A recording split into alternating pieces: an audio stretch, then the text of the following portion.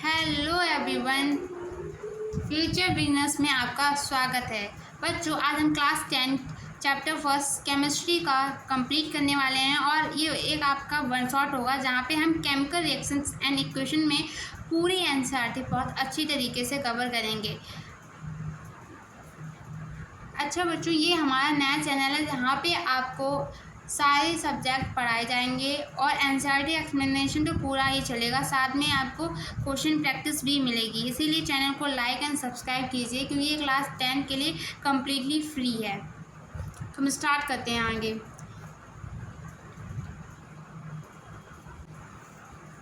तो हमारे चैप्टर का नाम है केमिकल रिएक्शंस एंड इक्वेशन। हम इसे पढ़ने वाले हैं। हम यहाँ पे आपको क्वेश्चंस भी बताते हुए चलेंगे। इनिशियली हमें ये चैप्टर स्टार्ट होते हुए बताया जा रहा है कि एक्चुअली में यहाँ पे समझाने की कोशिश कर रहा है एनसीईआरटी की केमिकल रिएक्शंस होती क्या हैं। कुछ एग्जांपल को, हमारी डेली लाइफ की एग्जांपल्स को हमसे इंटरकनेक्ट करते हुए समझाने की कोशिश की जा रही है। जैसे कि हम आपको पहला एग्जाम्पल बता रहे हैं। इसमें बोला गया है कि मिल्क को अगर आप गर्मियों के सीज़न में, समर सीज़न में आप रूम टेम्परेचर पे से रख देते हैं तो आप देखते हैं कि दूध फट जाता है। क्यों? क्योंकि एक केमिकल रिएक्शन प्रोसीड हुई होगी ना उसमें। सेम आप अगर आयरन तवा पे या आयरन का बना हुआ कोई भी यूटेंसियल अगर आप बाहर एटमॉस्फेयर में एक्सपोज करने के लिए रख देते हैं तो कुछ दिन बाद या फिर मतलब it's will be time taking, but कुछ दिन बाद देखते हैं कि उस पर एक रेड कलर की लस्टर, एक रेड कलर की लेयर हमें दिखाई देती है। एक्चुअली में वो लेयर बच्चों फेरस ऑक्साइड की होती है। सेम अगर हम ग्रेप्स को फर्मेंटेड में, जैसे कि ग्रेप्स को फर्मेंटेशन करने से अल्कोहल बनता है, ये भी प्रोसेस एक केमिकल रिएक्शन है। फूड का कुक होना, फूड का हम डाइजेशन होना हमारी बॉडी में, या फिर हम रेस्पिरेशन करते हैं, ये सारी प्रोसेस एक केमिकल रिएक्शन है। ओके बच्चों। अच्छा, इसमें आगे बताया जा रहा है कि हम इनिशियली सब्सटेंस हमारे पास कुछ और होता है। जैसे ही ये केमिकल रिएक्शन प्रोसीड होती है, कंप्लीट होती है, हमें कुछ और प्रोडक्ट मिलता है। जैसे कि हम इस वाले एग्जांपल से ही चेक कर सकते हैं कि हम जब रेस्पिरेशन करते हैं तो हम इंस्पिरेशन करते हैं ऑक्सीजन का, और जब हम एक्सपिरेशन करते हैं, बट जो इंस्पिरेशन होता है, सांस लेने को इंस्पिरेशन बोलते हैं और सांस छोड़ने को एक्सपिरेशन बोलते हैं बायोलॉजी टर्म में। तो CO2 हम रिलीज करते हैं। तो हमारा इनिशियल सब्सटेंस ऑक्सीजन होता है, फाइनल हमारा CO2 होता है। तो यही हमें इसमें बताया जा रहा है कि इनिशियली सब्सटेंस हमारा अलग होता है, फाइनल हमारा कुछ अलग होता है। ये हम प्रीवियस क्लासेस में ये पढ़ भी चुके हैं, कुछ फिजिकल एंड केमिकल चेंजेस कैसे रिएक्शंस में प्रोसीड करती हैं। आगे हम कुछ एक्टिविटी, यहाँ पे 3 एक्टिविटी हमें दी गई हैं। हम एक एक एक्टिविटी को भी आपको समझाते हुए चल रहे हैं क्योंकि ये एक्टिविटी वाले 5 मार्क्स में क्वेश्चंस बन के आते हैं। तो आपको मोस्टली ये एक्टिविटी रटनी नहीं है, आपको बस इसका कंक्लूजन समझना है कि इस एक्टिविटी में आपको क्या कंक्लूड करके एनसीईआरटी बताना चाहती है। जैसे कि इस एक्टिविटी में मैं ये आपको पढ़ के नहीं बता रही हूँ, मैं आपको इसका सीधा कंक्लूजन बता रही हूँ, फिर आप इसे स्टडी कर सकते हैं। आपको यही कंक्लूड होगा। हम यहाँ पे मैग्नीशियम की रिबन लेते हैं। क्या ले रहे हैं? कोई भी मैग्नीशियम का यूटेंसियल, रिबन, कुछ भी पतली सी रॉड आप कुछ भी ले सकते हैं, और उसे आप बर्नर में ऑक्सीजन के प्रेजेंस में बर्न करवाते हैं। तो एक्चुअली में रिएक्शन होती है क्या कि आपने क्या लिया, मैग्नीशियम, उसे बर्न करवाया in the presence of oxygen, तो हमारे पास जो बनती है वो मैग्नीशियम ऑक्साइड बनती है। यहाँ पे सीधे अभी आपको ये बताया जा रहा है कि फाइनल आपको दिख क्या रहा है। यहाँ पे चेक कीजिए एनसीईआरटी फिगर में, ये वाइट कलर का हमें मटेरियल सा दिख रहा है उस रिबन के ऊपर।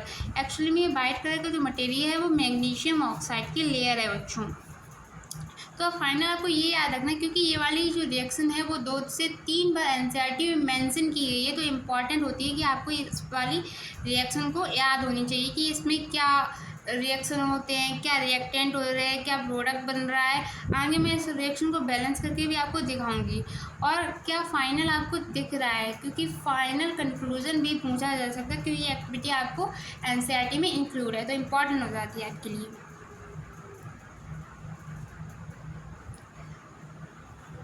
ओके। सेकेंड एक्टिविटी हमें बताइए कि आप लेड नाइट्रेट लीजिए। क्या लीजिए? लेड नाइट्रेट, और उसको बाद आप उसमें पोटेशियम आयोडाइड ऐड कीजिए तो आपको क्या दिखेगा, मैं आपको बताती हूँ उसमें क्या दिखेगा आपको। आई होप कि आप क्लास 9th में जो फार्मूला बनाने की रिएक्शन चैप्टर है जहाँ पे हम फार्मूले बनाने सीखते हैं वो आप कंप्लीट करते आए होंगे, क्योंकि केमिकल रिएक्शन आप तभी समझ सकते हैं जब आपको फार्मूले सही से बना रहे आते होंगे, क्योंकि आगे तुम्हें जाके बैलेंस करनी होगी रिएक्शंस को। तो balance, if you are not making formula, firstly go and check it कि how to make a correct formula, क्योंकि ये बहुत इंपॉर्टेंट हो जाता है आपको आगे प्रोसीड करने के लिए। इनिशियली यहाँ पे जितने भी एग्जांपल दिए गए हैं मैं आपको सारे के सारे फार्मूले बना के दिखाऊंगी, लेकिन फिर भी आपको एक अच्छी नॉलेज होनी चाहिए इसके बारे में, ठीक है। जैसे कि PbNO3 लेड नाइट्रेट इसे कहते हैं बेट, ये इस तरीके से फार्मूला बनता है। इसके रिएक्शन बोल रहा है कि आप KI से करवाइए, तो ये एक टाइप की डिस्प्लेसमेंट रिएक्शन होगी जहाँ पे जो KI है, इनिशियली क्या है, ये KI होता है, ओके, इसे पोटेशियम आयोडाइड बोल रहे हैं, और ये पोटेशियम आयोडाइड पोटेशियम नाइट्रेट से रिएक्शन कर लेगा, और हमारा जो लेड है वो आयोडाइड से रिएक्शन कर लेगा। मतलब यहाँ पे डिस्प्लेसमेंट हुआ क्योंकि एक मेटल दूसरे वाले एनाइन से रिएक्ट कर गया है। फिर यहाँ पे तीसरी एक्टिविटी बताइए कि आप जिंक के ग्रेन्यूल्स हैं, ग्रेन्यूल्स मतलब दाने, छोटे से जिंक के ग्रेन्यूल्स आप ले सकते हैं। इन फैक्ट ये है कि आपको जिंक मेटल लेना है, ओके, छोटे छोटे ग्रेन्यूल्स हैं, और उस जिंक ग्रेन्यूल से आप कोई भी एक स्ट्रॉन्ग एसिड की रिएक्शन होना, स्ट्रॉन्ग एसिड चाहिए जहाँ सल्फ्यूरिक एसिड हो, हाइड्रोक्लोरिक एसिड हो, या फिर नाइट्रिक एसिड आप ले सकते हैं, सल्फ्यूरिक एसिड टाइप की। इन साइड प्रोडक्ट चेंज हो सकता है, लेकिन हमें जो ऑब्जर्व करना है इसमें ऑब्जर्वेशन आता है कि हाइड्रोजन गैस का रिलीज होना। तो कोई भी स्ट्रॉन्ग एसिड लोगे आपको ऑब्जर्वेशन में हमें हाइड्रोजन गैस देखना होता है। प्रोडक्ट जैसे चेंज कैसे हो सकता है, अगर आप HCl ले रहे हो तो प्रोडक्ट जो जिंक के साथ रिएक्ट करके ये HCl क्या बना लेगा, जिंक क्लोराइड बना लेगा। अगर आप सल्फेट ले रहे हो, सल्फ्यूरिक एसिड वाला ले रहे हो, तो यहाँ पे सल्फेट वाला आके यहाँ पे जिंक सल्फेट बना लेगा।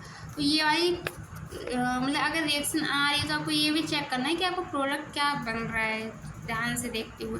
तो 3 एक्टिविटी मैंने आपको समझा दी है। अब इसमें ये बताया, हम एक में तो देख चुके हैं क्या हो रहा है, एक में हो रहा है गैस का इवॉल्व। तो ये केमिकल रिएक्शन होती है, तो कुछ ऑब्जर्वेशन हमें देखते हैं, हम ऑब्जर्व करते हैं, जिससे हमें पता चलता है कि रिएक्शन प्रोसीड हो रही है या नहीं हो रही।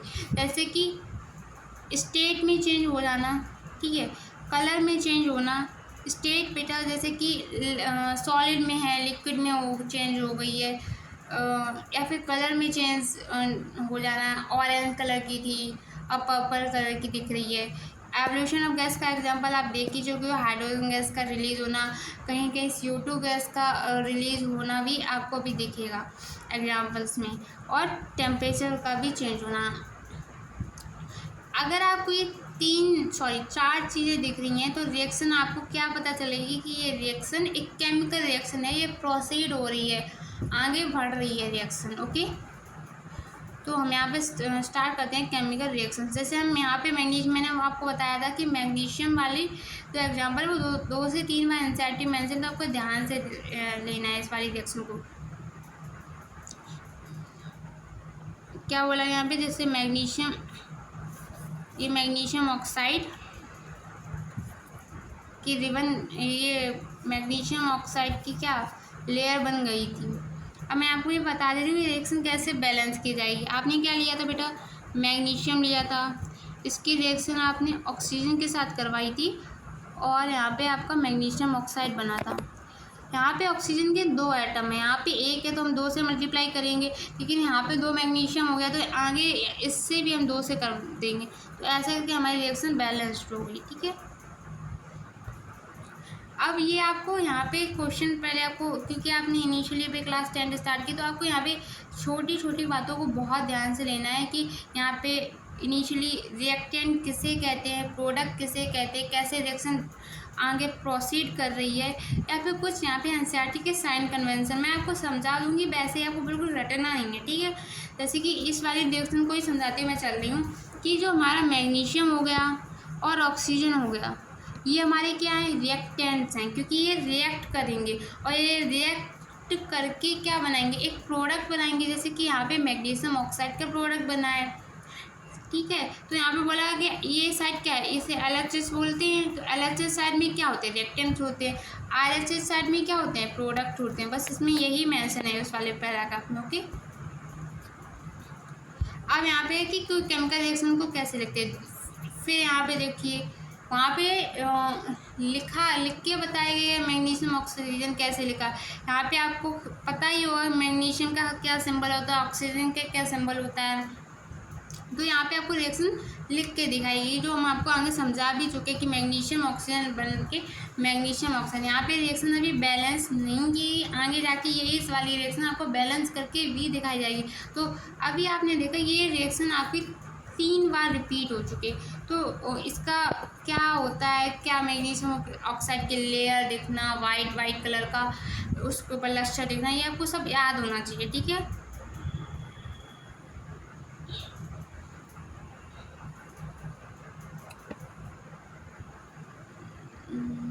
ओके, अब यहाँ पे बैलेंसिंग की सीधी बात आ रही है, बैलेंस कैसे करते हैं रिएक्शन को। जैसे यहाँ पे इनिशियली जो एक्टिविटी नंबर 1.3 थी जो हमने आपको कंप्लीट करवाई है, उसमें हम लोगों को क्या बताया गया था, ये बताया गया था कि जिंक रिएक्ट विद HCl या सल्फ्यूरिक एसिड। मैं दोनों बता चुकी हूँ आप लोगों को कि अगर हाइड्रोक्लोरिक एसिड जैसे रिएक्ट कर रहा है तो क्या बनेगा बच्चों, जिंक क्लोराइड बनेगा। If it react with sulphuric acid then what will be happening, it will make product zinc sulphate, okay. तो यहाँ पे ऐसे करके भी हमें लिख के भी बताई गई है, वर्ड्स क्वेश्चन में भी प्रेजेंट करके दिखाई गई है, और फिर हमें इस तरीके से भी प्रेजेंट करते हुए उसके सिंबल से भी दिखाई गई है। अब यहाँ पे रिएक्शन को बैलेंस करना बहुत इम्पोर्टेंट होता है, और एक क्वेश्चन ज़रूर आता है बैलेंसिंग के लिए, तो आपको बैलेंसिंग तो बहुत अच्छे से सीखते हुए जानी है।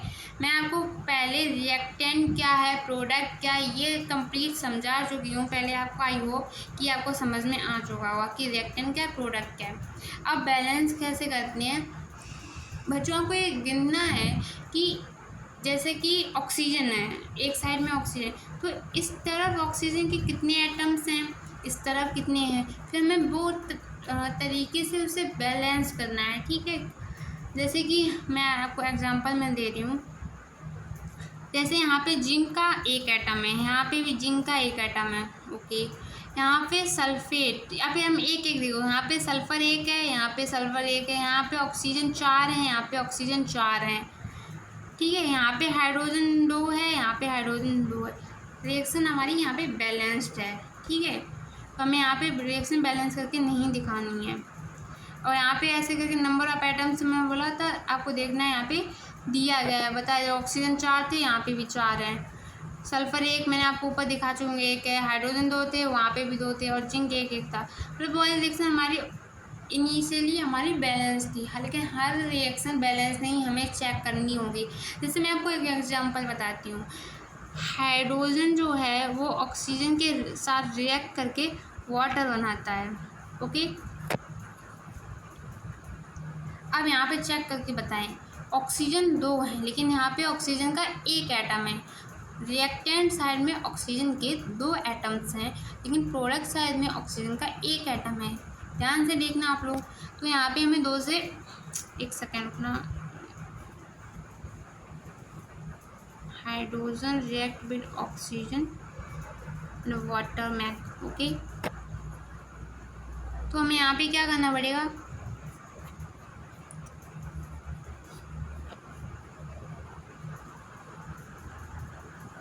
2 से मल्टीप्लाई करना पड़ेगा। लेकिन यहाँ पे क्या हुआ कि वाटर हाइड्रोजन जो हमारे हैं वो 4। अब आप लोगों को ये नहीं समझ में थे 4 कैसे हुए। तो यहाँ पे 2 पहले थे, लेकिन 2 अब इसके 2 मॉलिक्यूल हो गए, पानी के 2 मॉलिक्यूल हो गए, और एक मॉलिक्यूल ऑफ वाटर कंटेन कितने हाइड्रोजन कर रहा है?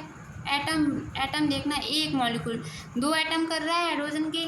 तो और 2 मॉलिक्यूल हो गए, तो टोटल हाइड्रोजन एटम कितने हो गए? 2 2 या 4 हो गया। तो यहाँ पे 2 है, तो आगे यहाँ पे भी हमें 2 से मल्टीप्लाई यहाँ पे भी करना होगा, और हमारी रिएक्शन इस तरीके से बैलेंस्ड होगी। आगे रिएक्शन में आपको और बताते हुए चलूँगी। ओके, जैसे यहाँ पे ये वाली रिएक्शन है, हम आगे दिखाने से पहले आपको बैलेंस करना ही सिखा देंगे, और मैं आपको बिल्कुल डिटेल में बताऊंगी कि आपको बिल्कुल कन्फ्यूज़न नहीं होगी कि बच्चों को बहुत कन्फ्यूज़न होती है कि बैलेंस कैसे करें। सबसे पहले ये देखना कि उस पूरे मॉलिक्यूल में कितने हैं, फिर कितने समय से मल्टीप्लाई करना है, चेक करते हुए चलना। ठीक है, जैसे कि मैं वाली रिएक्शन बता रही हूँ, इसमें आयरन या सिर्फ फेरस भी बोल सकते हैं या आयरन बोलो, ठीक है, जो भी एटम है उसमें 3 हैं। इस साइड में कितने हैं? 3। किस साइड में बच्चों? रिएक्टेंट साइड में 3 है, सॉरी प्रोडक्ट साइड में 3 है, तो हम इसे रिएक्टेंट साइड में 3 से मल्टीप्लाई करेंगे।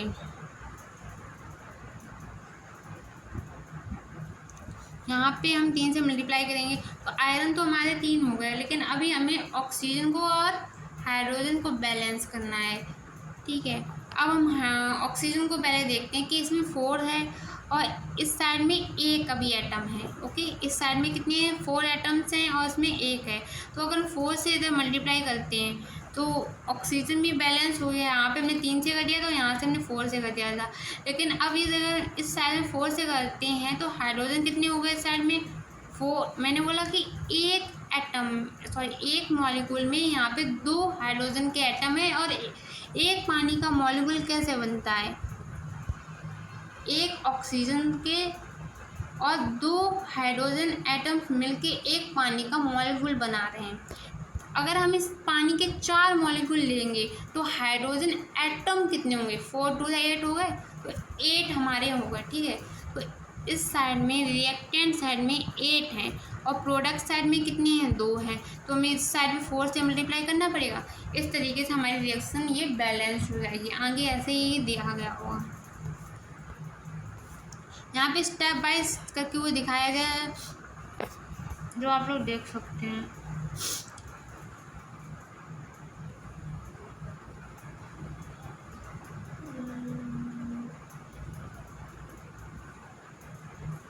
यहाँ पे बहुत लंबी स्टेप्स में बताया गया, मैंने आपको बिल्कुल क्लियर कट होके बता दिया है। देखो लास्ट में ये इस तरीके से बैलेंस की थी, मैंने आपको बताया था 3 आयरन के से मल्टीप्लाई करना और 4 या 4 से मल्टीप्लाई। आपको ध्यान से देखना है कि उस एक मॉलिक्यूल में कितना है। सबसे पहले आपको उसमें चेक करना है कि एक मॉलिक्यूल में कितना है, क्योंकि आप मेरे हिसाब से आप कंफ्यूज होते होंगे तो उसी पार्ट में होते होंगे जब आप इस तरीके से मैंने मल्टीप्लाई कर दिया। जैसे कोई भी मैं बता रही हूँ कि वाटर ही लेके एग्जाम्पल चल रही हूँ, तो यहाँ पे वाटर में कितने, आप सीधा डायरेक्ट 4 ही ऐड ऑन कर सकते हैं, ऐड ऑन कर लेते होंगे। तो उसमें आपको पहले चेक करना कि एक मॉलिक्यूल में कितना है, उसके बाद उससे मल्टीप्लाई करना है कि उसमें कितने एटम्स हो सकते हैं। ठीक है,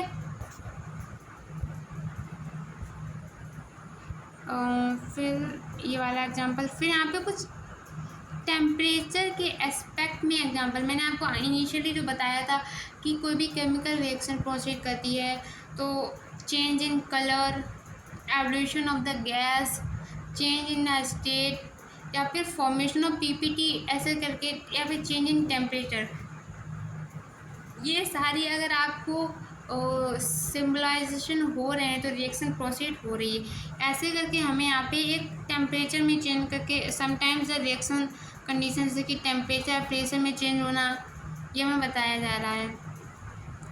जैसे यहाँ पे हम ये रिएक्शन प्रोसीड करने के लिए टेम्परेचर मेंटेन कर रहे हैं।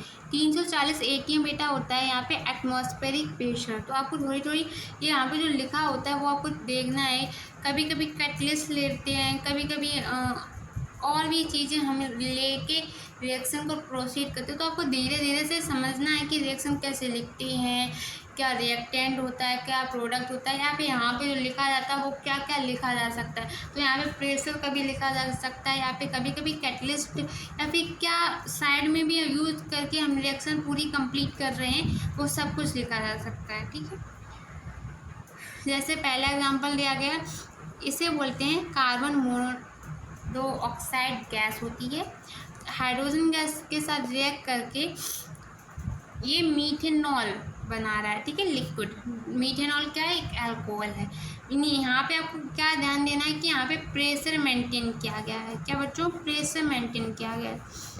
तो हर रिएक्शन में प्रेशर मेंटेन करना हो ये ज़रूरी नहीं है, लेकिन कुछ रिएक्शन में प्रेशर मेंटेन करना या कुछ रिएक्शन में कैटलिस्ट का यूज होना या कुछ रिएक्शंस में हमें टेम्परेचर भी मेंटेन करना होता है कि रिएक्शन अगर प्रोसीड करवानी हो आगे तो हमें टेम्परेचर का भी बहुत ध्यान देना पड़ता है। ठीक है, जैसे कि ये वाली तो हम लोग की बहुत फेमलियर रिएक्शन है, ग्लूकोज का प्रोडक्शन करना। कैसे करते हैं हम लोग, CO2 लेके carbon dioxide water react with two form glucose. आपको ग्लूकोज का फॉर्मूला याद होना चाहिए, बाकी साइड प्रोडक्ट भी याद होने चाहिए, या फिर इस रिएक्शन को बैलेंस करना भी याद होना चाहिए। ओके,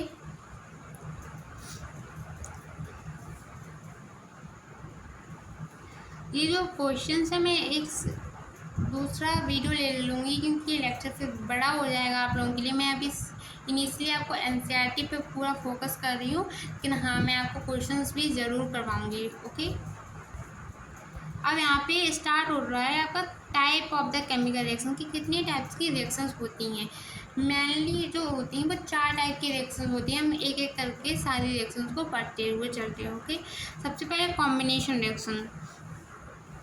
कॉम्बिनेशन रिएक्शन जैसे मैं आपको एग्जांपल बता ही चुकी हूँ कि हाइड्रोजन गैस कंबाइन करके क्या बना रही है, वाटर ही तो बना रही है। दोनों कंबाइन करके वाटर बना रही है। ऐसे करके आपको कॉम्बिनेशन रिएक्शंस दी गई होंगी। जैसे कि जो रिएक्शन दी गई हो NCERT में उस पर बहुत ज़्यादा फोकस करना प्लीज़ बच्चों। जैसे कि यहाँ पे बताया गया है कि कैल्शियम ऑक्साइड का रिएक्शन आप वाटर के साथ करते हैं तो आपको क्या स्लैग लाइम बनता है। इस टाइप की रिएक्शन आपको 5 मार्क्स में जैसे ये बोला जा सकता है कि कैल्शियम ऑक्साइड रिएक्ट कर रहा है वाटर के साथ तो कुछ स्लैग लाइम बन रहा है। अब उसका फार्मूला बताएं, तो आपको फार्मूला याद होना चाहिए कि कैसे कैल्शियम ऑक्साइड वाटर के साथ रिएक्ट करके कैल्शियम हाइड्रोक्साइड बनाता है। उसके साथ साथ उसमें टेम्परेचर का भी बहुत इंपॉर्टेंट फंडा या फिर ऐसे करके पूछा जा सकता है कि एक रिएक्शन हो रही है। ओके, एक रिएक्शन प्रोसीड कर रही है जहाँ पे टेम्परेचर बढ़ रहा है और कुछ स्लैग लाइम जैसा प्रोडक्ट बन रहा है। तो उसके रिएक्टेंट क्या हो सकते हैं, प्रोडक्ट क्या हो सकता है, प्रोडक्ट का फॉर्मूला क्या हो सकता है। तो इन सभी बातों का आपको ध्यान देना है। इसमें NCERT में बहुत सारी रिएक्शंस नहीं दी गई हैं। जो रिएक्शन दी गई हो एग्जाम्पल में दी गई हैं या इन टेक्स्ट क्वेश्चन में या लास्ट में जो हमारी बैक एक्सरसाइज है उसमें दी गई, वो सारी रिएक्शंस को आपको टिप्स पे रखना है। इन्हीं रिएक्शन से क्वेश्चन आता है, कोई बाहर की रिएक्शन, कोई रेफरेंस बुक की रिएक्शंस नहीं आती हैं। ओके, तो ये वाली जो आपको है थोड़ा सा इस पे ध्यान देना है कि कैल्शियम ऑक्साइड कैसे रिएक्ट कर रहा है। ओके, ये वाली रिएक्शन आपको ध्यान देनी होगी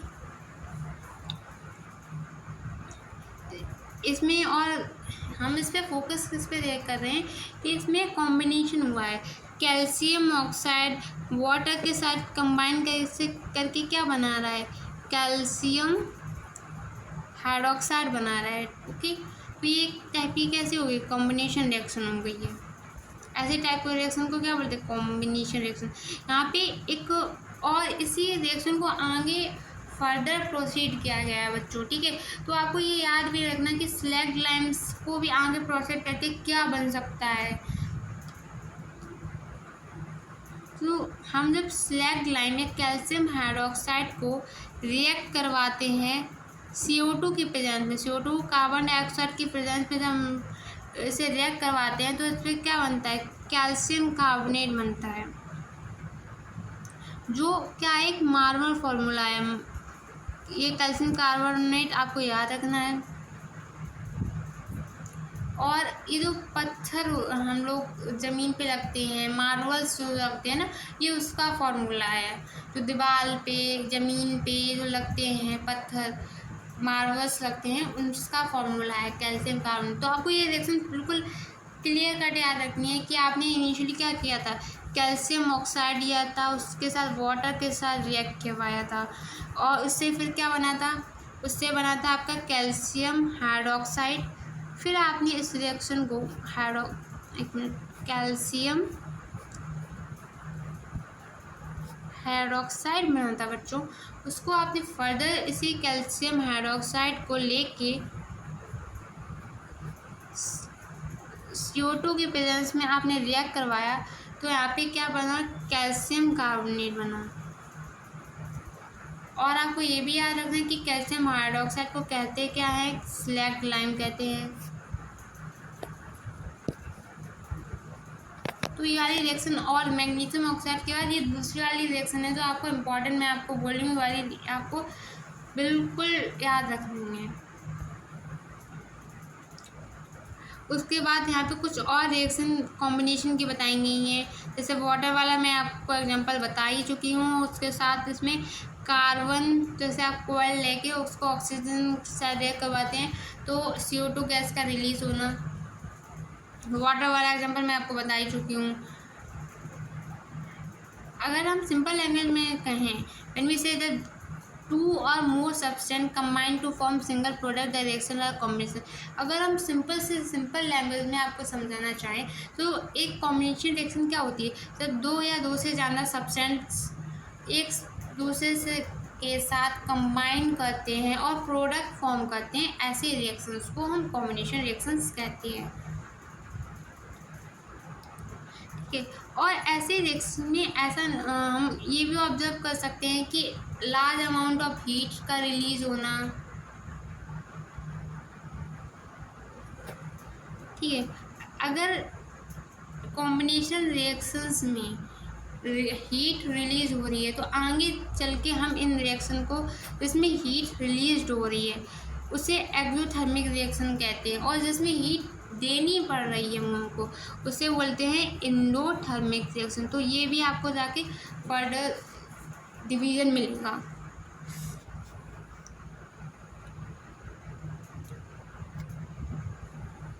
कुछ और एग्जांपल हमें एक्सोथर्मिक रिएक्शन के दिए गए, उससे पहले मैं आपको बता दूं कि आपको एक्सोथर्मिक रिएक्शन मैं एक बता चुकी हूँ, कैल्शियम ऑक्साइड वाला। फिर और एग्जांपल है जहाँ पे एक्सोथर्मिक रिएक्शन में जहाँ पे एनर्जी रिलीज हो रही है, निकलेगी। ओके, जैसे कि आप कोई भी नेचुरल गैस को बर्न करते हो, वो एक्सोथर्मिक रिएक्शन है ये वाली। ठीक है, बर्निंग ऑफ नेचुरल गैस एक एक्सोथर्मिक रिएक्शन है, लेकिन ये कॉम्बिनेशन बिल्कुल नहीं है। तो ये इस कंफ्यूजन नहीं बनाइए, आगे चल के कॉम्बिनेशन है। यहाँ पे अब एक्सोथर्मिक रिएक्शंस जिसमें हीट रिलीज होगी, निकलेगी, हम दे नहीं रहे हैं हीट। कुछ रिएक्शंस ऐसी कुछ रिएक्शंस बच्चों ऐसी होती हैं जहाँ पे हमको हीट देनी पड़ती है, उससे अगर हमें रिएक्शन प्रोसीड करवानी है तो हमें हीट प्रोवाइड करवानी पड़ेगी। लेकिन कुछ रिएक्शंस होते हैं जहाँ पे हमें हीट प्रोवाइड नहीं, हमें हीट मिलती है, हीट रिलीज होती है, एटमॉस्फेयर हॉटर होता है। ओके,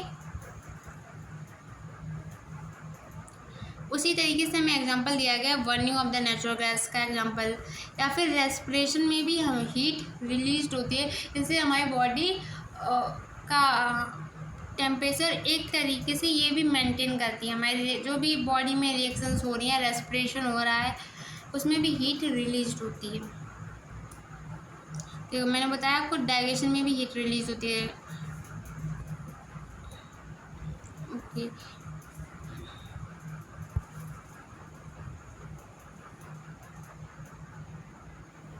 अभी हम लोग आगे ये पढ़ चुके हैं कि CO2 और वाटर मिलके क्या करते हैं, ग्लूकोज बनाते हैं, लेकिन उस टाइम पे हीट रिलीज्ड नहीं होती है। लेकिन जब हम ग्लूकोज को ऑक्सीजन की प्रेजेंस में ब्रेक करते हैं और CO2 और वाटर निकलता है, तो उसके साथ साथ एनर्जी रिलीज होती है, जिस हमारी बॉडी में हम उसे ATP कहते हैं। या फिर वेजिटेबल जो भी मैटर होता है, सब्जी जो भी है ना, सब्जी होती है, वेजिटेबल मैटर जो भी होता है, जो हम कंपोस्ट कर देते हैं, ह्यूमस जो उस पर बनता है, उसमें भी ऐसे रिएक्शंस में एक्सोथर्मिक मतलब हीट का रिलीज होना देखा गया है। तो आपको ये बिल्कुल अलग रखना है कि क्या कॉम्बिनेशन है, क्या एक्सोथर्मिक है, रिएक्शन को मिलाना नहीं है। लेकिन हाँ, एक रिएक्शन आपको ऐसी बताई गई है जो कॉम्बिनेशन भी है और एक्सोथर्मिक भी है, वो है स्लैक लाइम वाला एग्जाम्पल, जहाँ पे स्लैक लाइम बनने के टाइम हीट भी रिलीज हो रही है और वो एक कॉम्बिनेशन रिएक्शन भी है। तो ऐसे करके आपको पूछा जा सकता है कि ऐसे रिएक्शन आप बताएं जहाँ पे कॉम्बिनेशन भी हो रहा है और एज वेल एज वो एक एक्सोथर्मिक रिएक्शन भी है। तो उस बात पे आपको याद रखना है। उसके बाद आपको इस कन्फ्यूजन में नहीं पड़ना है कि कौन सी रिएक्शन एक्सोथर्मिक है, कौन सी रिएक्शन कॉम्बिनेशन। मैं आपको कॉम्बिनेशन बिल्कुल अलग बताते हुए चली हूँ और जो भी रिएक्शन एक्सोथर्मिक के एग्जांपल दिए गए वो मैं अलग आपको समझाते हुए चली हूँ, ठीक है। तो कन्फ्यूजन बिल्कुल नहीं लेना है। यहाँ एक रिएक्शन आपको वो याद रखनी है।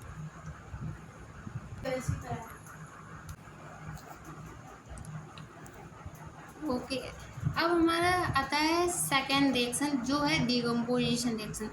डिकम्पोजिशन का मतलब ही बच्चों आप समझते होंगे, कोई चीज़ का डिकम्पोज होना, टूटना। जैसे कॉम्बिनेशन से हम समझते थे कि दो सब्सटेंट होंगे जो कंबाइन कर रहे हो। अब यहाँ पे एक सब्सटेंट होगा और ये ब्रेक होके 2 से 3 प्रोडक्ट बनाएगा। अब आप आगे इस एक्टिविटी से पहले हम आपको ये समझाते हुए चल रहे हैं। यहाँ पे क्या जो भी है एक्टिविटी क्या शो करने की कोशिश कर रही है कि आपने क्या लिया है, फेरस सल्फेट के क्रिस्टल्स लिए हैं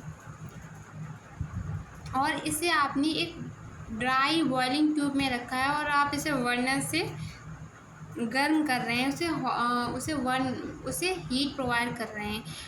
आप क्या नोट करेंगे कि आप जो कलर है फेरस सल्फेट के क्रिस्टल से heat the boiling tube over the flame and observe. आपको इसका कलर ऑब्जर्व करना, इसके कलर में कुछ चेंज होगा।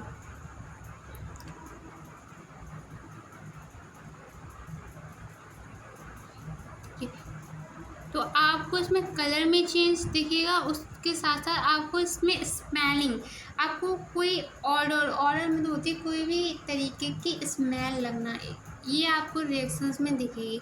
जैसे ये वाली रिएक्शन अगर आप करवाते हैं इस तरीके से, ये वाली रिएक्शन प्रोसीड होगी और आपको कोई भी ऑडियो या कोई भी महक क्यों लगी किसी भी गैस की, क्योंकि यहाँ पे गैस रिलीज हो रही है। कौन सी गैस रिलीज हो रही है, SO2 और SO3 गैस के रिलीज होने से आपको यहाँ पे ऑडियो मिलेगा, उसके साथ साथ आपको कलर में भी चेंज मिलेगा। रिएक्शन आपको याद रखनी है। और ये देखो मैं आपको ये बैलेंस करके भी दिखा रही हूँ, क्योंकि बैलेंसिंग बहुत इंपॉर्टेंट पार्ट हो जाता है। ये आपको आगे भी समझते हुए चलिए, जितनी भी रिएक्शन आपको मिलेंगी मैं आपको सारी रिएक्शन को बैलेंस करते हुए चलूँगी। ओके, आपको समझाते हुए चलूँगी कि रिएक्शन कैसे बैलेंस हो रही हैं। जैसे इसमें देखो, ध्यान से देखना, इस तरीके से होगा। अब इसमें अगर आपसे क्वेश्चन पूछा जा सकता है तो कैसे पूछा जाएगा, एक सेकंड। यहाँ पे ये आपके पास ये 2 नहीं दिया जा सकता, लेकिन आपको ये प्रोडक्ट तो कंप्लीट लिखते हुए दिया जाएगा जब आपको रिएक्शन को बैलेंस करना होगा। तो फिर आप कैसे बैलेंस करेंगे, इस टाइम पे आपको दोनों तरफ चेक करते हुए चलना है। जब आप रिएक्शन को बैलेंस कर रहे हैं तो आपको दोनों तरफ ध्यान से देखते हुए चलना है कि क्या हम प्रोडक्ट साइड से भी देख के रिएक्शन को बैलेंस कर सकते हैं। जैसे कि यहाँ पे प्रोडक्ट साइड में क्या है, 2 आयरन के एटम है और यहाँ पे 1 एटम है, तो आगे यहाँ पे हमें क्या करना पड़ेगा, 2 से मल्टीप्लाई करना पड़ेगा और वही हमें एनसीईआरटी में 2 से मल्टीप्लाई करके दिखाया गया है। 2 से मल्टीप्लाई करेंगे तो हमारे आयरन के इस तरफ भी LHS साइड में भी 2 एटम्स हो जाएंगे और RH साइड में भी 2 एटम्स हो जाएंगे। तो यहाँ पे आयरन जो हमारा है वो बैलेंस हो चुका है। फिर हम चेक करेंगे कि सल्फ़र, ओके, हमने जब यहाँ से 2 से मल्टीप्लाई कर दिया तो सल्फ़र के हमारे यहाँ पे 2 एटम हो गए और यहाँ पे भी अभी 2 एटम है। यहाँ पे किसी से मल्टीप्लाई अभी नहीं करना पड़ेगा हम लोगों को। फिर हम ऑक्सीजन भी चेक कर लेंगे कि ऑक्सीजन यहाँ पे 2 थे, यहाँ पे 3 और यहाँ पे 3 और 3 6 और 2 8 हो गए और यहाँ पे 4 2 8 सीधे डायरेक्ट। तो आपको ये भी देखना है कि एक एटम फेरस सल्फेट का 4 ऑक्सीजन एटम कंसिस्ट कर रहा है एक। और अगर हम 2 यही मॉलिक्यूल लेते हैं फेरस सल्फेट के तो फिर कितने हो जाएंगे एटम ऑक्सीजन के? 4 2 8 हो जाएगा। तो आपको ये देखते हुए चलना है। और इसी तरीके से अगर आप रिएक्शन को बैलेंस करेंगे तो आप रिएक्शन को बहुत ईजिली और इफ़िशेंटली प्रोसीड कर सकते हैं, उसे बैलेंस कर सकते हैं। आपको कोई भी प्रॉब्लम रिएक्शन बैलेंसिंग में नहीं आएगा।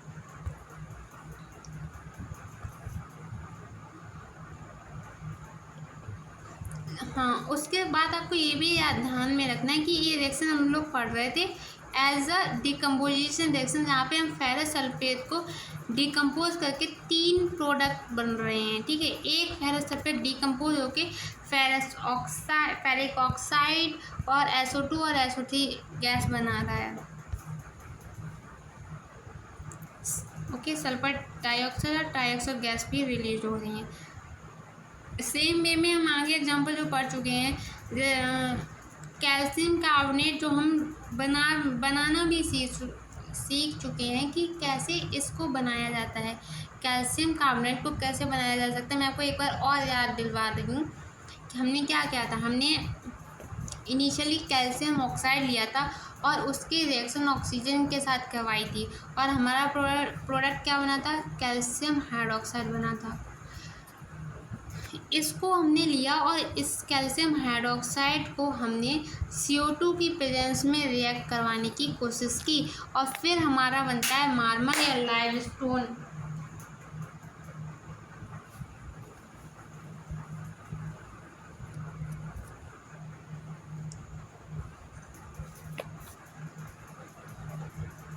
फिर यहाँ पे एक्टिविटी नंबर 1.6 दी गई है, जहाँ पे हमें लेड नाइट्रेट को बॉयल करना है, फिर हमें ऑब्जर्व करना है। ये सारी रिएक्शंस हमको दी जा रही हैं डिकम्पोजिशन शो करने के लिए।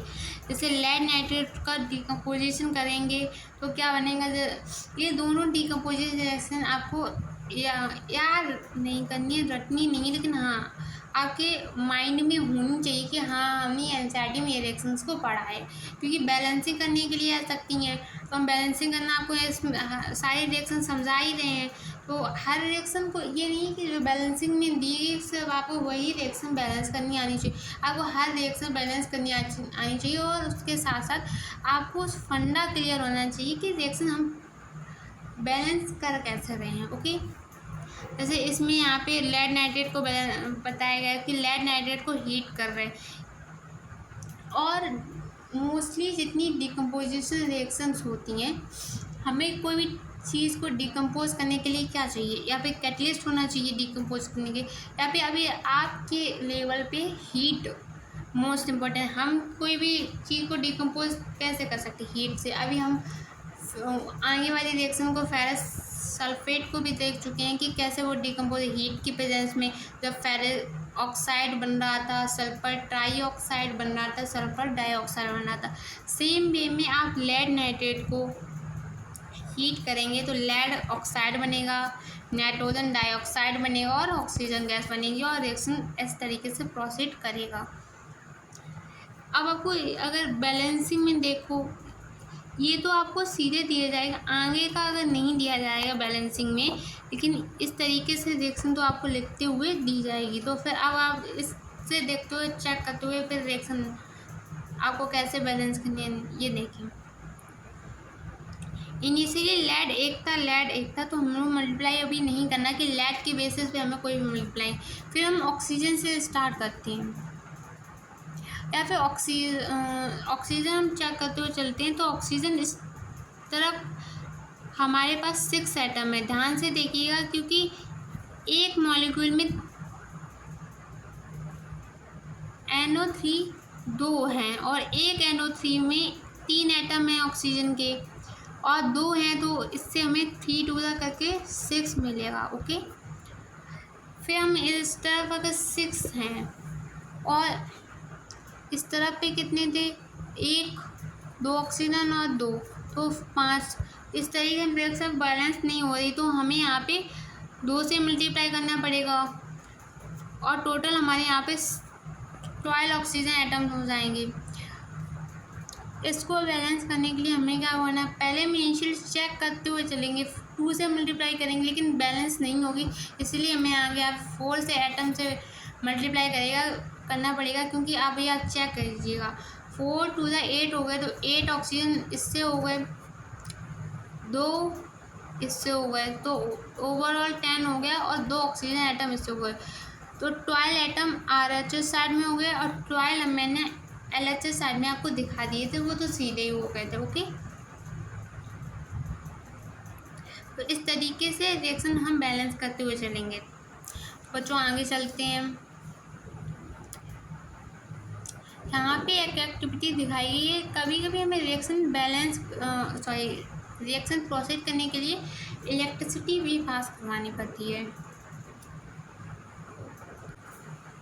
जैसे यहाँ पे आपको रिएक्शन कैसे शो करवाएगी, आपको हर तरीके की रिएक्शंस आनी चाहिए। आपका इनिशियल पहला चैप्टर है और केमिस्ट्री का आपको क्लास 10 का पहला चैप्टर, तो आपको धीरे धीरे से सारी रिएक्शन समझ में आने लगेंगी, लेकिन आपको पहले टाइम सारी रिएक्शन का एक्सपोजर होना बहुत ज़रूरी है।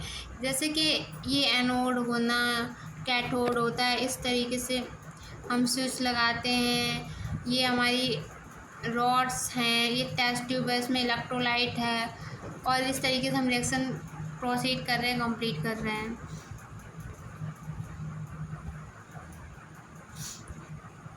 दूसरी डिकम्पोजिशन की रिएक्शन हमें बताई गई है सिल्वर क्लोराइड की, जिसमें हम सिल्वर क्लोराइड डिकम्पोज होके 2 रिएक्शन हम ऊपर देख चुके हैं, जहाँ पे हमें हीट लेके कर रहे थे। क्या लेके कर रहे थे, हीट लेके हम रिएक्शन को डिकम्पोज कर रहे थे। सनलाइट में बेटा हीट भी होती है, लेकिन हम यहाँ पे हमें बहुत ज़्यादा हीट की ज़रूरत नहीं है, इसलिए हम सनलाइट की प्रेजेंस में भी ये रिएक्शन प्रोसीड करवा सकते हैं। लेकिन वहाँ पे हमें एक एक्सट्रीम लेवल की हीट चाहिए, तो हमें डायरेक्ट उस रिएक्शन को प्रोसीड करने के लिए बर्नर, ठीक है, जो भी फ्लैश होते हैं उन्हें बर्नर्स कहते हैं, ठीक, केमिस्ट्री के लैंग्वेज में, तो उसके आगे हमें रिएक्शन को प्रोसीड करना पड़ रहा था। लेकिन AgCl बहुत फास्ट, जैसे वो सनलाइट की प्रेजेंस में आता है, जैसे हीट का थोड़ा सा भी उस पर एक्सपोजर होता है, वो रिएक्शन प्रोसीड कर जाता है और ब्रेक होके सिल्वर और क्लोराइड गैस में क्लोरीन गैस बनाता है। ओके, अब ये रिएक्शन से याद रखनी है। बैलेंसिंग करना बहुत सिंपल इसमें भी है, क्योंकि यहाँ पे क्लोरीन 2 एटम्स हैं और यहाँ पे 1 एटम, तो हम 2 से मल्टीप्लाई करेंगे और यहाँ पे 2 Ag हो जाएंगे, तो यहाँ पे भी हम 2 से मल्टीप्लाई करेंगे। इस तरीके से रिएक्शन को बैलेंस करेंगे। सेम वे में, बिल्कुल देखिए बोलो ना, यहाँ पे सेम वे में सिल्वर ब्रोमाइड भी हम बैलेंस भी कर सकते हैं, और सिल्वर ब्रोमाइड भी ईजिली सनलाइट की प्रेजेंस में रिएक्ट करता है। ओके, और ये जो रिएक्शंस दोनों है ना, ये ब्लैक एंड वाइट फोटोग्राफी, जो इनिशियली बहुत पहले जो भी फोटोग्राफ्स बनती थी, जो क्लिप्स बनती थी, उसमें यूज़ होता था।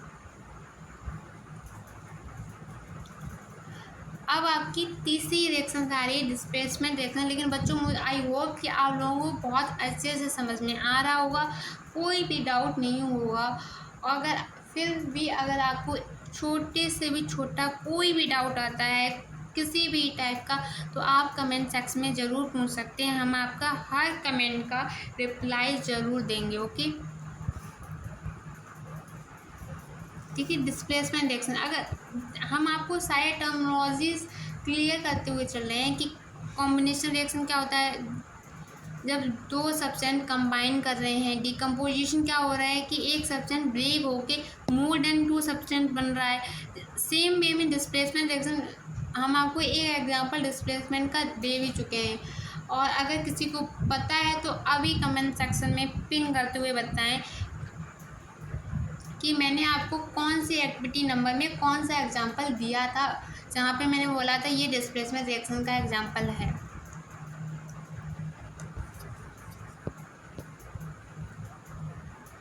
यहाँ पे फर्स्ट एग्जाम्पल जो दिया गया है केमिकल रिएक्शन का वो है कि iron react with copper sulphate.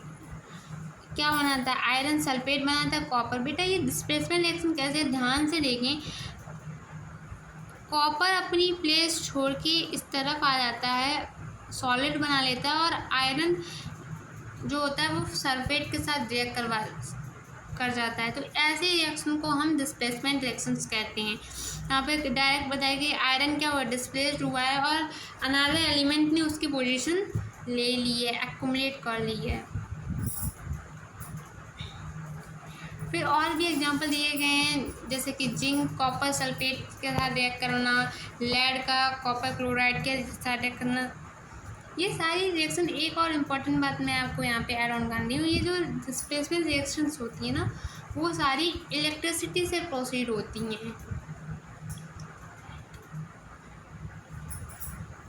फिर यहाँ पे आगे आता है डबल डिस्प्लेसमेंट रिएक्शन। मतलब यहाँ पे ये डिस्प्लेस होकर कोई सॉलिड मटेरियल बना ले।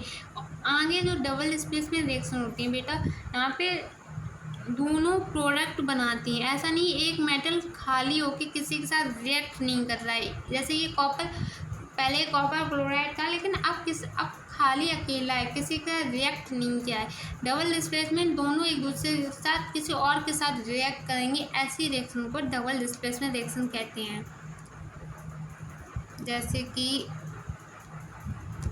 ये वाला एग्जांपल देखिए आप लोग, और यहाँ पे आपको पीपीटी फॉर्म में भी है, मैं आपको भी क्लियर करूँगी पीपीटी क्या होता है। पहले आप ये रिएक्शन देखिए, sodium sulphate react with barium chloride. Barium sulphate बन रहा है और सोडियम क्लोराइड बन रहा है। यहाँ पे जो भी सोडियम है वो क्लोराइड के साथ रिएक्ट कर गया और जो भी हमारा बैरियम है वो सल्फेट के साथ रिएक्शन। ऐसी रिएक्शन जहाँ पे दोनों मेटल एक दूसरे को डिस्प्लेस्ड करते हैं, ऐसी रिएक्शन को बोलते क्या है? Double displacement reaction. और पीपीटी क्या बोलते हैं? पीपीटी बेटा ये होता है कि कोई भी जब रिएक्शन होती है और उसमें सेमी सॉलिड जैसा कोई भी मटेरियल बनता है, क्या बनता है? सेमी सॉलिड जैसा कोई भी मटेरियल बनता है, उसे हम पीपीटी बोलते हैं।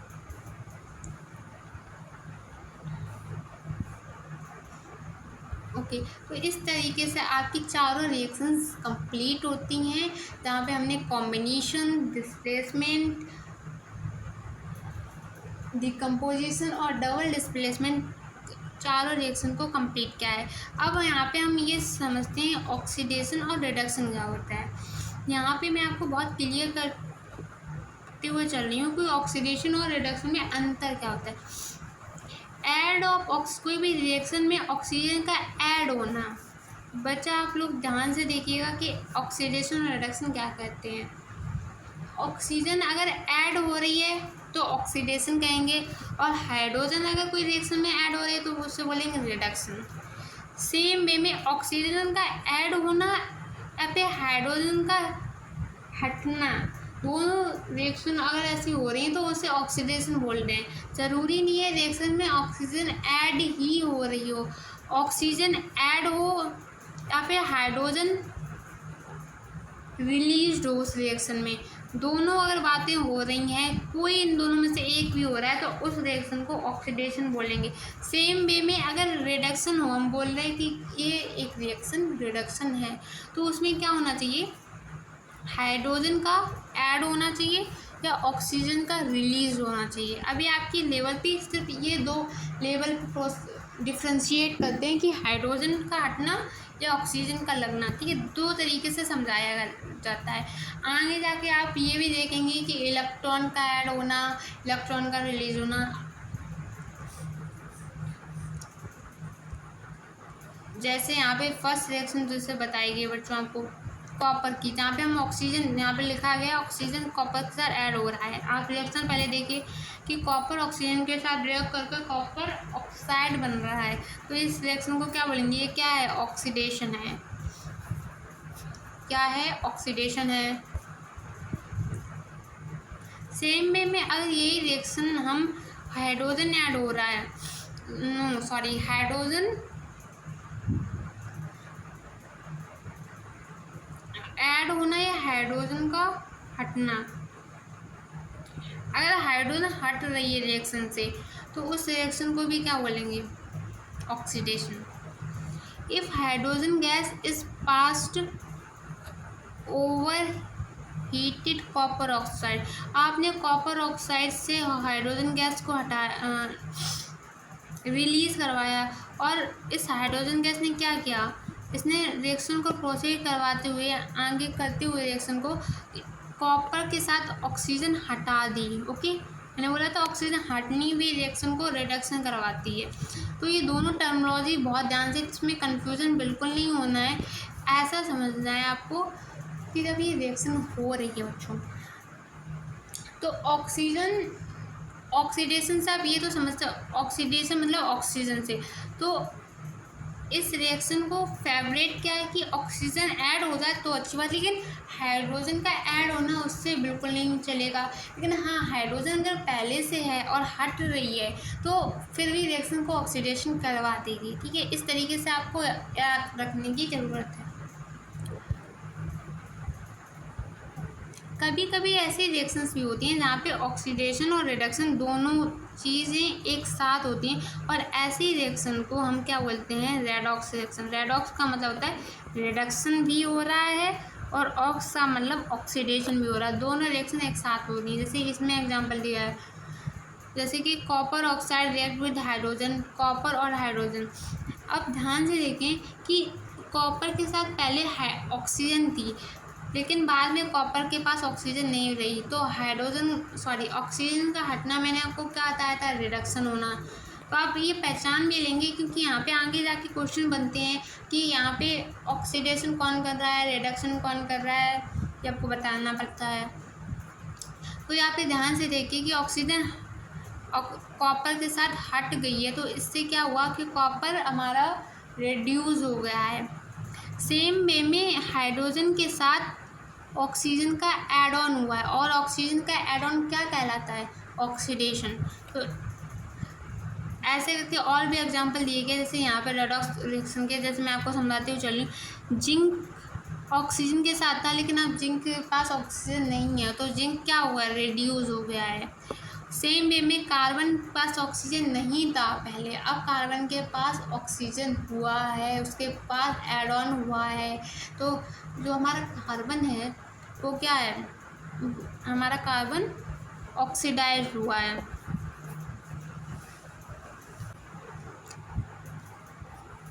फिर एक और एग्जांपल दिया गया है मैग्नीशियम डाइऑक्साइड का, जहाँ पे पहले मैग्नीशियम डाइऑक्साइड के पास ऑक्सीजन था और बाद में ऑक्सीजन नहीं।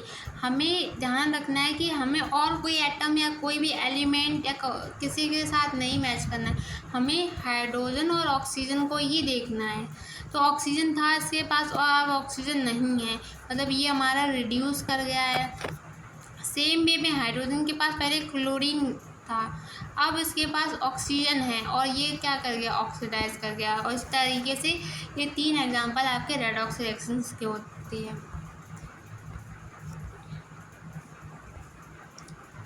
यहाँ पे आपको बताया गया है कि कौन सा ऑक्सीडाइज हुआ है, क्या रिड्यूस हुआ है, जिंक ऑक्साइड रिड्यूस हुआ था, मैंने आपको बताया था। इस तरीके से आपको सारी रिएक्शन मैंने आपको समझाते हुए चली हूँ। ओके,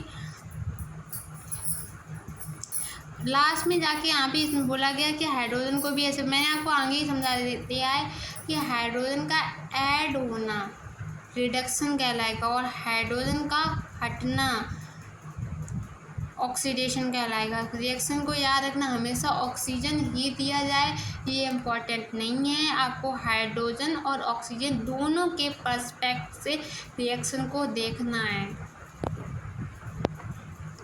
और अब हम लोग बिल्कुल अपने लास्ट पे आ चुके हैं, जहाँ पे हम कोरोजन पढ़ेंगे। कोरोजन भी एक रेडॉक्स टाइप की रिएक्शन ही है, जहाँ पे आपको कोरोजन इतना दिया नहीं है, थोड़ा सा आपको दिया गया है, मैं आपको समझा देती हूँ। यहाँ पे कोरोजन क्या है, मैंने आगे ही बताया था आपको एग्जांपल। तो रिएक्शन हमारी चैप्टर हमारा स्टार्ट हुआ था जहाँ पे हमें बताया गया था कि कोई भी आयरन का यूटेंसिल अगर आप ह्यूमिड एटमॉस्फेयर के एक्सपोजर में रख देते हैं तो आपको उस पर रेड कलर का लस्टर दिखता है। वो क्या होता है, वो फेरस ऑक्साइड होता है, वो एक रेडॉक्स रिएक्शन होती है। उसके साथ साथ आप कोई भी सिल्वर का यूटेंसियल या कॉपर का कुछ भी आप देखते हैं, जैसे कॉपर का यूटेंसिल ग्रीन पड़ जाता है, आप देखते होंगे बहुत सालों से अगर वो रखा है आपके घर पे तो वो ग्रीन कलर का हो जाता है। क्यों? वो रिएक्शन, वो भी एक केमिकल रिएक्शन का ही पार्ट ऑफ है बेटा। जैसे यहाँ पे सबसे पहले बताया गया है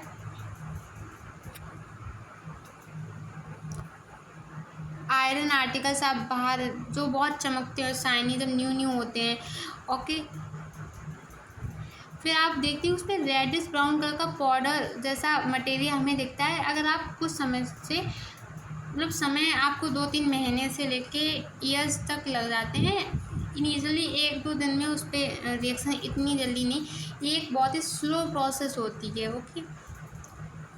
जैसे हम क्या बोलते हैं, रस्टिंग ऑफ आयरन बोलते हैं, क्या बोलते हैं,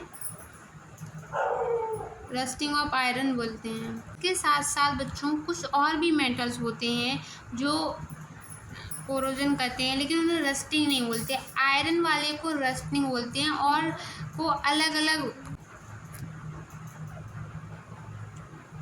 और जैसे कि कॉपर का ग्रीन पन्ना, इसे बोलते हैं टार्सनिंग ऑफ द मेटल, ओके। आपको ये वर्ड्स भी याद रखना है, टार्सनिंग किसे बोलते हैं, किसे। जैसे ब्लैक कोटिंग सिल्वर पे, जैसे कॉपर पे ग्रीन कोटिंग होती है, सेम वे में सिल्वर पे ब्लैक कोटिंग से आप देखते होंगे। ये सारे एग्जांपल बच्चों कोरोजन के हैं। क्या है कोरोजन? आपको बस ये याद रखना है, कोरोजन एक रेडॉक्स रिएक्शन है। तीनों एग्जांपल कि कॉपर पे क्या ग्रीन कोटिंग होना, आयरन पे क्या होता है रेड कोटिंग होना, और सिल्वर पे ब्लैक कोटिंग होना। ये तीनों चीज़ें आपको याद रखनी है। ये लास्ट प्रोडक्ट बताती कि हमें क्या ये रिएक्शन प्रोसीड होके क्या हम लोगों को ऑब्जर्व हो सकता है। उसके बाद हमें बताइए ये जो कोरोजन होते हैं वो बहुत ही सीरियस प्रॉब्लम है, क्योंकि हमारे यहाँ पे आयरन का इतना लार्ज अमाउंट में लॉस्ट होना एक सीरियस प्रॉब्लम क्रिएट करता है। लेकिन हम उसके लिए भी बहुत सारे मेजर्स यूज़ करते हैं कि हम उसको लॉस को बचा सकें, ठीक है। फिर लास्ट आता है हमारा रेंसिडिटी। रेंसिडिटी जैसे when fat and oil are oxidised they become rancid and their smell and taste change, ठीक है। जब हम कोई भी खाना जो भी फैट या ऑयल जैसा जो खाना ऑक्सीडाइज होता है तो वो ख़राब हो जाता है और उसका जो टेस्ट है, स्मेल है, वो चेंज हो जाती है। जो भी हम लोग मटेरियल या फिर जो भी खाने चीज़ों की चीज़ होती है बहुत समय से यूज़ करते हैं। जैसे हम लोग जो भी मटेरियल शॉप से लाते हैं, आप लोग देखते होंगे कि वो उसमें एयर फिल होती है। एयर फिल बच्चों उसमें नाइट्रोजन गैस जैसी बहुत सारी गैसेस फिल होती हैं, जिससे जो भी मटेरियल है वो ख़राब ना हो, वो रेंसिड ना हो। उससे बचाने के लिए हम एंटीऑक्सीडेंट जैसे मटेरियल यूज़ करते हैं, और ये इंडस्ट्री लेवल में तो बहुत इम्पोर्टेंट बन जाते हैं। जैसे हम लोग चिप्स के पैकेट लाते हैं, हम लोग देखते हैं उसमें ऑक्सीजन मतलब हम लोगों को लगता है उसमें कोई भी गैस, वहाँ पे नाइट्रोजन गैस फिल होती है जो एक एंटीऑक्सीडेंट की तरह काम करती है। हम लोगों को कोई भी मटेरियल रखना है तो हम लोग उसे एयर टाइट चैम्बर में रखते हैं, यहाँ पे एयर बिल्कुल ना, क्योंकि एयर जाएगी उसके साथ साथ माइक्रोब्स जाएंगे और रिएक्शन ऑक्सीडेशन में चेंज होगी। हमारा जो भी फूड है, जो भी हमारा मटेरियल है वो स्पॉयल हो सकता है। जैसे यहाँ पे चिप्स का एग्जांपल दिया गया है आप लोगों को, नाइट्रोजन गैस होता है। आपको याद भी रखना है कि चिप्स में कौन सी गैस, चिप्स या फिर कोई भी जो मटेरियल हम लोग खाते हैं शॉप से लाते हैं उसमें कौन सी गैस फिल अप होती है, तो नाइट्रोजन गैस फिल अप होती है। अच्छा, ये हमारा चैप्टर कंप्लीट होता है। फिर भी हम आपको ये जो भी पॉइंट दिए गए हैं, क्योंकि एनसीईआरटी बहुत इंपॉर्टेंट, वो भी हम आपको कंप्लीट करवा दे रहे हैं।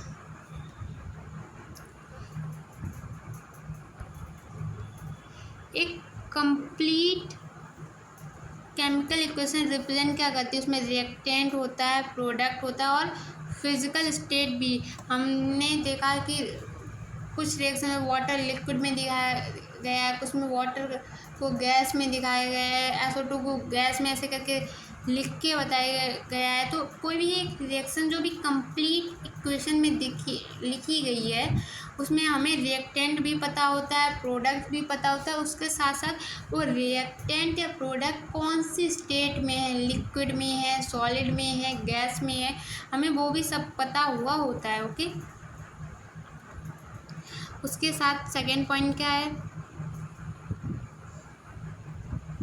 एक chemical equation is balance so that number, हम एक केमिकल रिएक्शन को बैलेंस करते हैं जिससे हमें एटम पता चल सके कि एक रिएक्शन कंप्लीट होने में कितने बैलेंस एटम इन्वॉल्व हैं।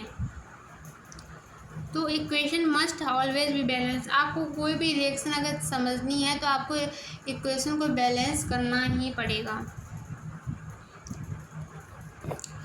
इन अ कॉम्बिनेशन रिएक्शन 2 और मोर सब्सटेंस कंबाइन करके क्या एक प्रोडक्ट बनाते हैं, ये क्लियर है बेटा, मैं आपको 2 से 4 बार बता चुकी हूँ, तो आई होप कि आपको बिल्कुल क्लियर होगा। डिकम्पोजिशन रिएक्शन बिल्कुल अपोजिट है कॉम्बिनेशन रिएक्शन से, जहाँ पे 2 से ज़्यादा सब्सटेंस कंबाइन करके एक सिंगल प्रोडक्ट में चेंज हो रहे थे, वहीं डिकम्पोजिशन रिएक्शन एक सिंगल रिएक्टेंट को ब्रेक करके 2 से ज़्यादा सब प्रोडक्ट में चेंज करता है।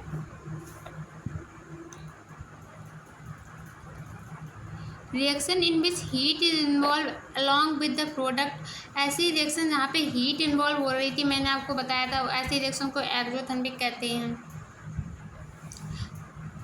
आपकी एनसीईआरटी में एंडोथर्मिक का इतना मेंशन नहीं है, लेकिन लास्ट में देखिए, मैंने बोला था लास्ट में पढ़ना आपको इम्पोर्टेंट हो जाता है, क्योंकि लास्ट में आपको यहाँ पे बताया गया है एंडोथर्मिक रिएक्शन जहाँ पे हीट एब्जॉर्ब हो रही थी, मतलब हम बाहर से हीट देनी पड़ती, हीट इवॉल्व नहीं हो रही है यहाँ पे। फिर आगे क्या है कि डिस्प्लेसमेंट रिएक्शन बताया गया है, जब एक एलिमेंट दूसरे एलिमेंट को क्या डिस्प्लेसमेंट कर रहा होता है तब डिस्प्लेसमेंट रिएक्शन होता है, लेकिन जब दोनों एलिमेंट एक दूसरे को डिस्प्लेस कर रहे होते हैं उससे बोलते हैं double displacement reaction. Precipitation reaction जो होती हैं उसमें क्या होता है, इनसॉल्युबल साल्ट, जिसे सेमी सॉलिड सब्सटेंस बोलते हैं, वो फॉर्म होता है। क्या वो होता है, सेमी सॉलिड सब्सटेंस फॉर्म होता है। रिएक्शन आर इन्वॉल्व गेन और लॉस ऑफ ऑक्सीजन और हाइड्रोजन बाई सब्सटेंस, ऐसी रिएक्शन जहाँ पे ऑक्सीजन का क्या गेन होना या फिर हाइड्रोजन का लॉस होना, ऐसी रिएक्शन को क्या बोल लेते हैं हम, ऑक्सीडेशन बोल लेते हैं। सेम बिल्कुल अपोजिट, ऑक्सीडेशन से रिडक्शन बिल्कुल अपोजिट है, जहाँ पे ऑक्सीजन का लॉस होना और हाइड्रोजन का गेन होना रिडक्शन कहलाएगा। आई होप कि आपको हर पॉइंट क्लियर होगा। लास्ट में जाके मैंने ओवरऑल कंक्लूजन भी दिया है आपको, लास्ट में जाके आपको पॉइंट भी बता दिए हैं। और बच्चे जब हम ये लास्ट जो एक्सरसाइज है, बैक एक्सरसाइज जो मैं आपको सॉल्व करवाऊंगी, तो इन टेक्स्ट क्वेश्चन भी मैं आपको यहाँ से सॉल्व करवाते हुए चलूँगी। ओके, फिर भी अगर आपको कोई भी डाउट होता है एनसीईआरटी में तो आप ज़रूर कमेंट सेक्शन में बताइए, और आपको ये लेक्चर कैसा लगा है वो भी कमेंट सेक्शन में ज़रूर ही बताइए। मैं आपको सारे के सारे डाउट भी सॉल्व करूँगी अगर आप कमेंट सेक्शन में हमसे पूछेंगे। उसके बाद मैं आपको ये भी बताना चाहती हूँ कि ये चैनल बिल्कुल नया है, जहाँ पे आपको साइंस, SST और सारे सब्जेक्ट पढ़ाए जाएंगे, इसलिए चैनल को लाइक एंड सब्सक्राइब ज़रूर कीजिएगा। ओके, चलो मिलते हैं अगले लेक्चर में, तब तक के लिए टाटा एंड बाय बाय।